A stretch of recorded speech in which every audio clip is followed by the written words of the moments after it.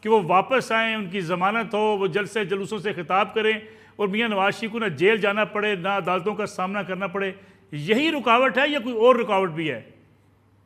دیکھیں، اس میں قانونی پیچیدگیاں تو ابھی بھی موجود ہیں، کیونکہ ان کی ریویو پٹیشن جو ہے وہ ابھی تک کلیئر نہیں ہوئی.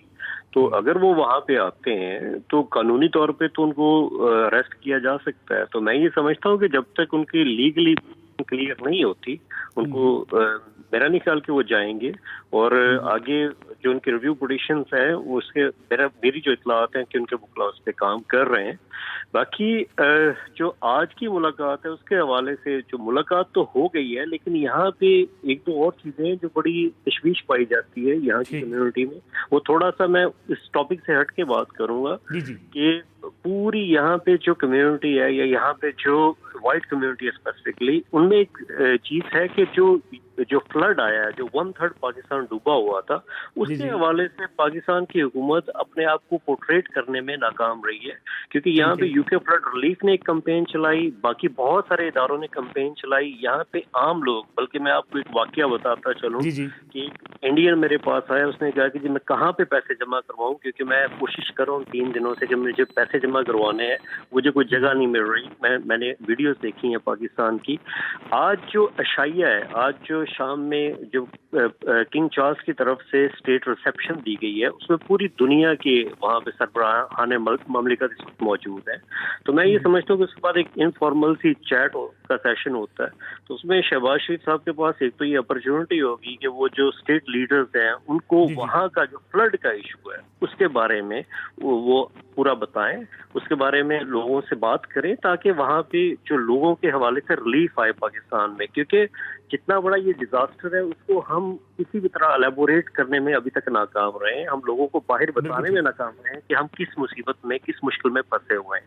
تو میں یہ سمجھتا ہوں کہ ان کے پاس اپرچونٹی ہے. ایک بات، دوسری بات یہ ہے کہ ان کے پاس ایک اور اپرچونٹی تھی آج، جو کہ جو بائیڈن نے کیا ہے کہ وہ یہاں پہ آئے، وہ ویسٹ منسٹر گئے، انہوں نے کوئین کو رسپیکٹ پے کی.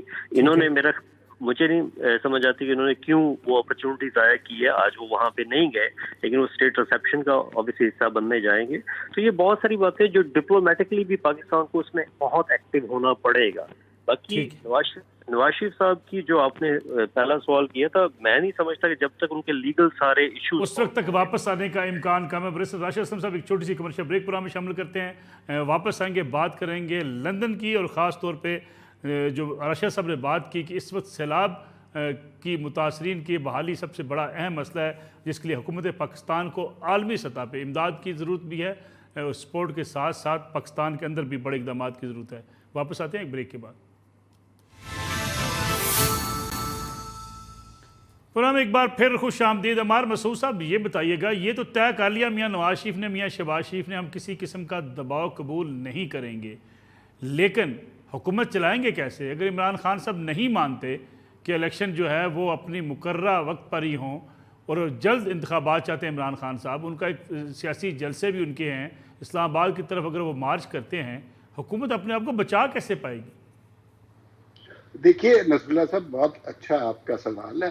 اس میں اس بات کو ہمیں دیکھنا چاہیے کہ عمران خان اب تک ہر پاورفل کوارٹر کو ناراض کر چکے ہیں. اسٹیبلشمنٹ جو بڑے شوق سے انہیں لے کر آئی تھی، اب وہ ان سے بہت سخت نالاں ہے. لیکن عوامی مینڈیٹ تو ان کے پاس ہے، بڑے جلسے کر سکتے ہیں، اسلام آباد کی طرف مارچ کر سکتے ہیں، لوگوں کو لے جا سکتے ہیں وہاں پہ. جی میں اس کے بارے میں بات کرتا ہوں. ان کی اپنی پارٹی کے جو لوگ تھے وہ ان سے بہت سخت نالاں ہیں. ابھی جو کچھ جلسے انہوں نے کیے وہاں پر لوگ سیلاب زدگان اپنی داد و فریاد کرتے رہے، تو وہ جو ہے اب زیادہ تر کوارٹرز کو ناراض کر چکے ہوئے ہیں.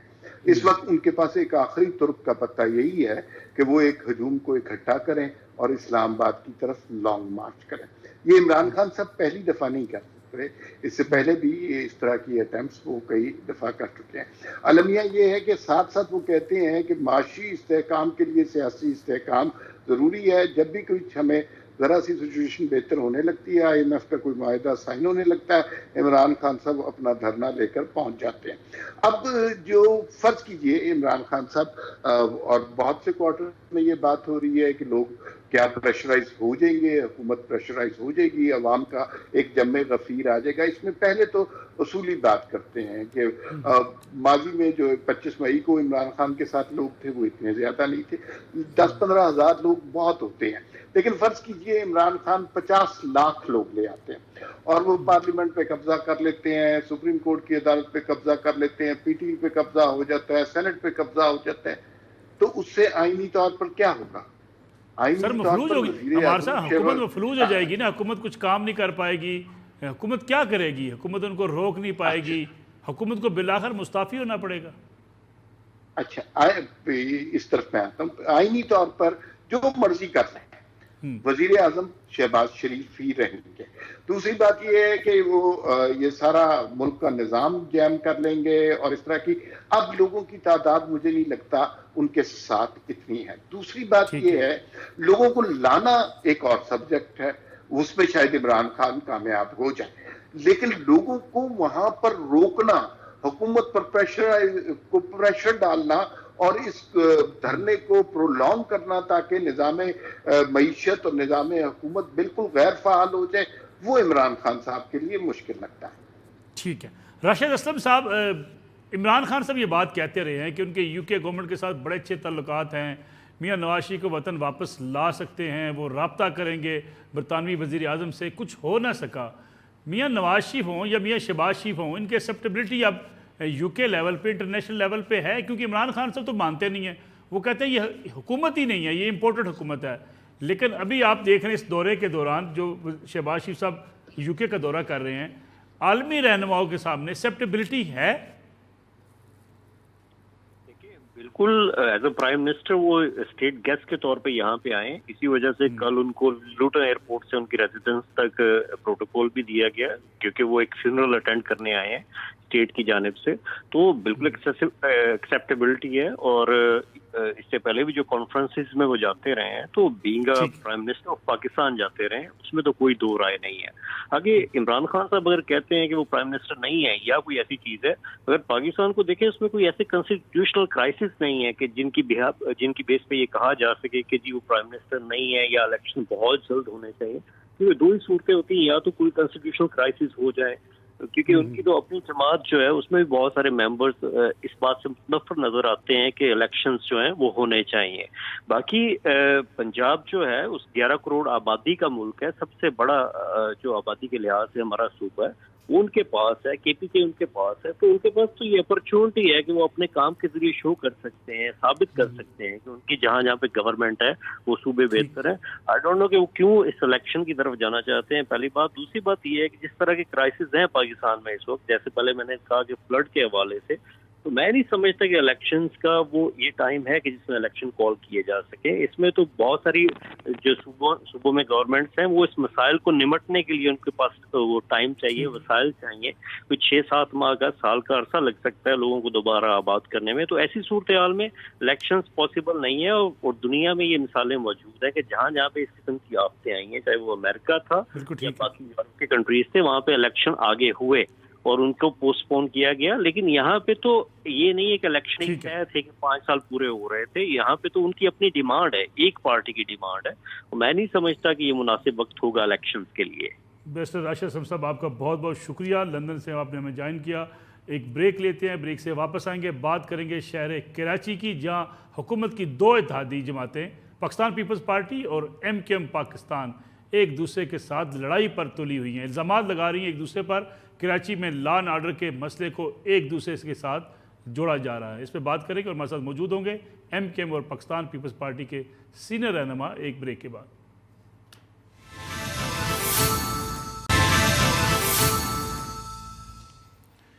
پرانا ایک بار پھر خوش آمدید بات ہوگی شہر کراچی کی، جہاں پیپلز پارٹی کے خلاف الزامات لگا رہے ہیں MKM کی طرف سے، اور پیپلز پارٹی اور MKM دوری پر جاتے ہوئے دکھائی دیتی ہیں۔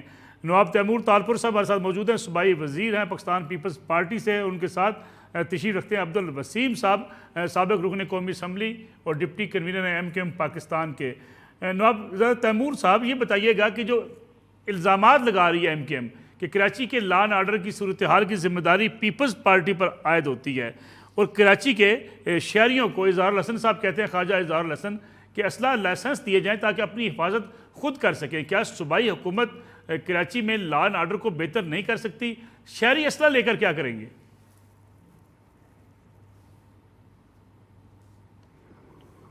بسم اللہ الرحمن الرحیم۔ میں سمجھتا ہوں ملک صاحب کہ ہمارے ایم کیو ایم کے دوست، ہمارے ایم کیو ایم کے بھائی، ہمارے پارٹنرز اس حکومت میں کبھی کبھار تھوڑے زیادہ جذباتی ہو جاتے ہیں، پر آپ نے دیکھا ہوگا کبھی بھی پاکستان پیپلز پارٹی کی طرف سے یا نون لیگ کی طرف سے کبھی ہم نے کوئی ان کو ایسا جواب نہ دیا، نہ ہم دے سکتے ہیں، نہ ہم دینا چاہتے ہیں، کیونکہ ہمیں پاکستان کے مستقبل کے بارے میں سوچنا ہے۔ اگر آج ہم میں سے کوئی چاہے بھی کہ وہ حکومت سے الگ ہو، ملک صاحب حکومت سے الگ نہیں ہو سکتا، کیونکہ جو حالات ہیں کوئی بھی محب وطن پارٹی اس مشکل ٹائم میں، اس مشکل گھڑی میں جو ہے نا، یہ افورڈ نہیں کر سکتی کہ حکومت کو اکیلا چھوڑ دے۔ تو نہ ہی پاکستان پیپلز پارٹی الگ ہوگی، نہ ہی ایم کیو ایم الگ ہوگی، اور یہ بھی بتا دوں نہ ہی نون لیگ ایسے ہونے دے گی۔ تو جو اتحادی ابھی ہیں وہ اتحادی رہیں گے۔ یہ حکومت ایک سا رول کچھ بھی نہیں ہو سکتا۔ جہاں تک بات ہے لا اینڈ آرڈر کی، تو خواجہ اظہار صاحب میرے بھائی ہیں، میں ان کی بڑی عزت کرتا ہوں، سیاست ان کی ایم کیو ایم کے ساتھ ہے، پر ایز اے پرسن بڑے نفیس انسان ہیں، پر ان کو ان چیزوں کا تھوڑا خیال کرنا چاہیے۔ ان کے جذباتی جو بیانات ہیں وہ ان چیزوں کو، اس وقت کے حالات کو، اس ٹیمپرمنٹ کو خراب کر سکتے ہیں۔ تو میری یہی گزارش ہوگی اپنے بھائی سے کہ ذرا سوچیں سمجھیں۔ ہمارے پاس کمیٹیز بنی ہوئی ہیں، ہمارے پاس فیڈرل لیول پہ کمیٹی ہے، ہمارے پاس پروونشل لیول پہ کمیٹی ہے، تو اگر یہی بات جو انہوں نے یہ پریس کانفرنس میں کی تھی، اگر مجھے ہی گزارش کر دیتے یا مراد علی شاہ صاحب کو گزارش کر دیتے، تو یہی باتیں بیٹھ کے ایک بند کمرے میں ہوتی اور بہتری آتی، جو ان کے شکایت ہیں، شکوے ہیں، وہ دور ہوتے۔ واقعی لا اینڈ آرڈر کی سچویشن کچھ پہلے سے میں سمجھتا ہوں کہ اچھی نہیں ہے، پر اس کو اچھا کرنا کوئی بہت بڑا ٹاسک نہیں ہے۔ مراد علی شاہ صاحب نے آئی جی سندھ کو بلا کے اور سخت ہدایات دی ہیں، وہی ہدایات ٹرکل ڈاؤن افیکٹ ان کا ہوا ہے ایس پیز تک، ڈی آئی جیز تک، ان سے نیچے لے کے ایس ایچ اوز تک۔ ساری چیزیں انشاءاللہ ہمیں کور اپ کرنی ہے، اور میں اپنی ذمہ داری سے موقر نہیں ہو رہا۔ میں مانتا ہوں کہ یہ سندھ حکومت کی ذمہ داری ہے۔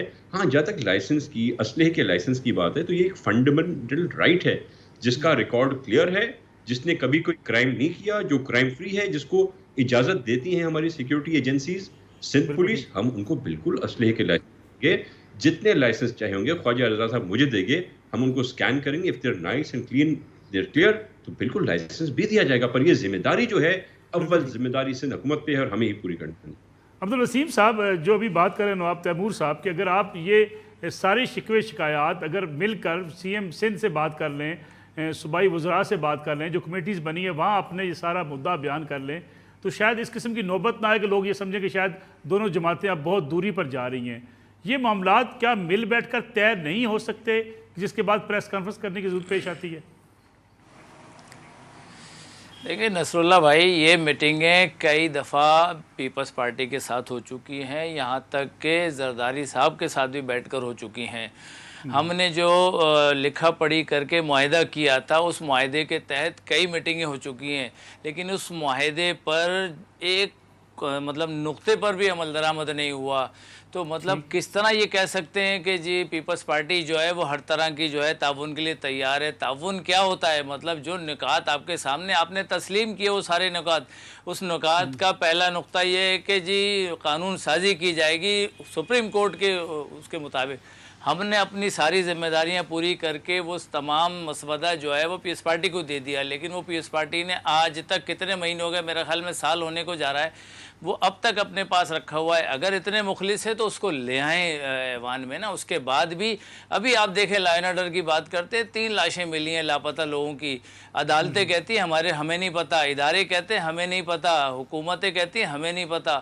تو یہ کہاں سے نکل رہی ہیں؟ زمین سے خود بخود نکل کر آ رہی ہیں۔ اسی طرح کراچی میں جو کرائم ہو رہا ہے، 24 گھنٹے میں کئی 100 ڈکیتیاں ہو چکی ہیں۔ کون ذمہ دار ہے اس کا؟ مطلب پولیس ذمہ دار ہے، حکومت ذمہ دار ہے، وفاق ذمہ دار ہے، کون ذمہ دار ہے؟ مجھے یہ بتائیں۔ مطلب اس کے لیے کیا میٹنگ کی جائے گی؟ مجھے بتائیں، جو لا اینڈ آرڈر کی صورتحال ہے اس کے لیے کیا میٹنگ کریں گے؟ آپ کی ذمہ داری ہے کہ آپ پولیس کو سخت کریں، پولیس کی ذمہ داریاں یاد دلائیں۔ جو قانون نافذ کرنے والے ادارے کراچی میں موجود ہیں، ایک عرصے سے موجود ہیں، اس کے باوجود بھی اگر ہم جو ہے وہ اس کرائم کو روک نہیں پا رہے، تو اس سے میسج کیا جاتا ہے کہ اسے باقاعدہ باقاعدہ مینیج کیا جا رہا ہے. تو ہم کیا بولیں, ہم کس سے کہیں جا کے کہ یہ دکھڑا کس کے سامنے روئیں کہ کراچی میں نہ ڈیولپمنٹ ہے, نہ پانی ہے, نہ بجلی ہے. بجلی کے بلوں میں بھی آپ دیکھ لیں, ٹیکس اس میں مزید اضافہ کیا جا رہا ہے. مطلب یہ شہر تو لاوارث ہو رہا ہے نا. مطلب یہاں کی نوکری تک جو ہے وہ دیگر جگہوں سے بلا کر جو ہے وہ دی جا رہی ہیں. یہاں کے بچے کی نوکریاں بھی نہیں دی جا رہی. پھر کہتے ہیں جی مل کر بیٹھیں, تو ہم تو تیار ہیں مل کر بیٹھنے کے لیے, ہم نہیں چاہتے کوئی جھگڑا, لیکن آپ اپنی ذمہ داری پوری کرو گے تو ہمیں کیا ضرورت ہے اتنی بات کرنے کی آپ کے سامنے. نواب صاحب, یہ جو لاشوں کی بات کی جا رہی ہے پچھلے کچھ دنوں سے, اس پہ بڑا شور بھی بچا ہے, کیا یہ آئیڈینٹیفائی نہیں ہو سکتا کون سے لوگ ہیں جو اس قسم کی وارداتوں میں ملوث ہو سکتے ہیں؟ پھر یہ دوبارہ سے لاشیں ملنا کراچی کے لیے, بزنس کمیونٹی کے لیے بڑا ایک خطرہ ہے, بڑی الارمنگ سچویشن ہے. بالکل جی, یہ بہت ہی خطرناک میٹر ہے. اس کو ہمیں ہائی پرائیورٹی پہ رکھنا ہے, اور ہمیں اپنے کولیشن کے بھائیوں ایم کے ساتھ بیٹھ کے ان سے مشورہ کرنا ہے اور اس چیز کو کنٹرول کرنا ہے.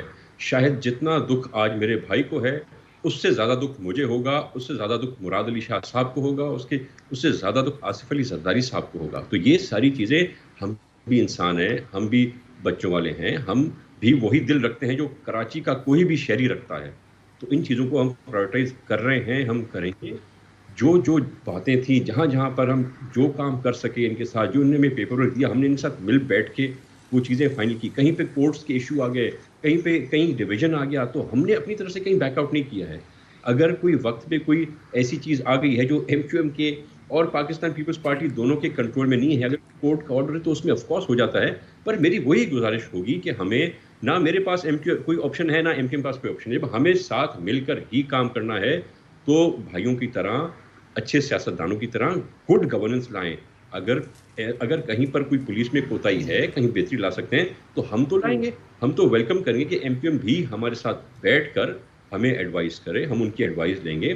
ہم انہیں اپنا پارٹنر سمجھتے ہیں اور اسی طرح آگے لے کے چلنا چاہتے ہیں. وسیم صاحب, کیا مل بیٹھ کے یہ نشاندہی نہیں کی جا سکتی جو بھی نواب صاحب بات کر رہے ہیں کہ ہم نے کوشش کی, کچھ چیزیں تاخیر اگر ہوئی بھی ہے تو اس میں کورٹ میٹر بھی ہیں, لیکن نشاندہی پراپر کر کے دوبارہ سے آج میٹنگ کر کے معاملات کو سیٹل ڈاؤن تو کیا جا سکتا ہے؟ دیکھیں, میرے بھائی نواب صاحب کی جو ہے وہ خواہشات اچھی ہیں, میں اس میں نہیں کہتا کہ وہ کوئی غلط بات کر رہے ہیں. ان کی خواہشات اچھی ہے لیکن امپلیمنٹ نہیں ہو رہا. ہمارا جو سب سے بڑا جو ہے وہ ہے, کہتے ہیں دکھ ہے, وہ یہ ہے کہ امپلیمنٹ نہیں ہو رہا. کتنے مہینوں کے آپ خود مجھے بتائیں کہ کب کا معاہدہ یہ ہے کہ جی یہ اس پر امپلیمنٹ کیا جائے گا, لیکن آج تک کوئی ایک شک کر دیں پوری. انہوں نے کہا ہم ڈیولپمنٹ کریں گے, آپ کے ساتھ بیٹھیں گے اور مشاورت کے کریں گے. ساری جو بھی کام کر رہے ہیں بغیر مشاورت کے, بغیر مشورے کے کر رہے ہیں. مطلب آپ بتائیں کہاں بیٹھے ہیں, کتنی میٹنگیں ہو چکی ہیں, اس کے باوجود بھی آپ بتائیں جی کہاں بیٹھے, میں کل آپ کے پاس آ جاؤں گا بیٹھنے کے لیے. لیکن بیٹھنے کا مطلب نہیں ہے, مطلب یہ ہے کہ جی جو شک جو ہے وہ دی گئی ہیں یا جو پوائنٹس دیے گئے ہیں اس پہ عمل درآمد تو شروع کریں. لیکن وسیم بھائی, کیا ایس ایچ اوز کو معطل کرنے سے معاملات بہتر ہو سکتے ہیں؟ ایس ایچ اوز کو معطل کرنے کا مطالبہ جائز ہے؟ آپ سمجھتے ہیں اس سے معاملات بہتر ہوں گے؟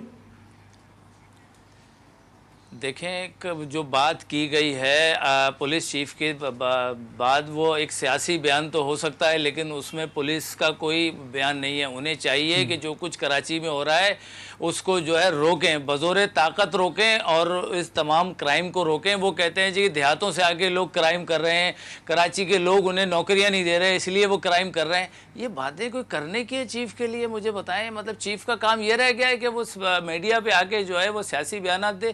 میں تو کہتا ہوں ان سے کہ خدا را آپ بہتر پولیس مین ہیں, بہتر چیف ہیں, آپ اچھے انداز میں کام کر سکتے ہیں.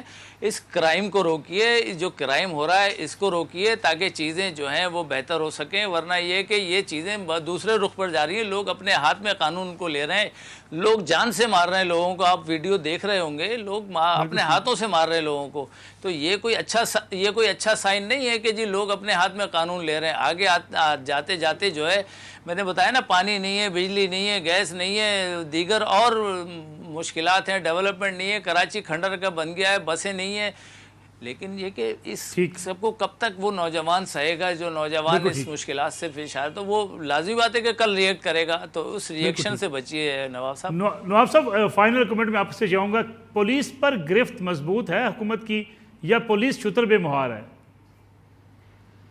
دیکھیے جی, جو بات ہوئی, جو میرے بھائی نے بات کی کہ پولیس سیاسی بیان دے تو میں بالکل سمجھتا ہوں، چاہے پولیس صحیح بات کرے یا غلط بات کرے، ان کا کام سیاست کرنا نہیں ہے، پولیس کا کام ہے گرفت کرنا. وہ گرفت ہماری ہے، وہ گرفت ہم نے بہتر کرنی ہے. جو آج کل کے حالات ہیں ان حالات میں بہت لوگ تکلیف میں ہیں، پر کسی کو یہ حق نہیں پہنچتا وہ اپنی تکلیف دور کرنے کے لیے کسی عام شہری کو اور مشکلات میں اسی کے ساتھ زیادتی کرے. تو ہماری گرفت ہے اور ہم اس گرفت کو انشاءاللہ اور بہتر ضرور کریں گے. نواب تیمور طالپور صاحب آپ کا بہت شکریہ. عبدالوسیم صاحب MQM پاکستان سے ہمارے ساتھ موجود ہیں. ناظرین یہ آج کا پروگرام تھا، وقت ختم ہو گیا. انشاءاللہ اگلے ہفتے آپ کی خدمت میں دوبارہ حاضر ہوں گے. اجازت دیجیے، اللہ حافظ.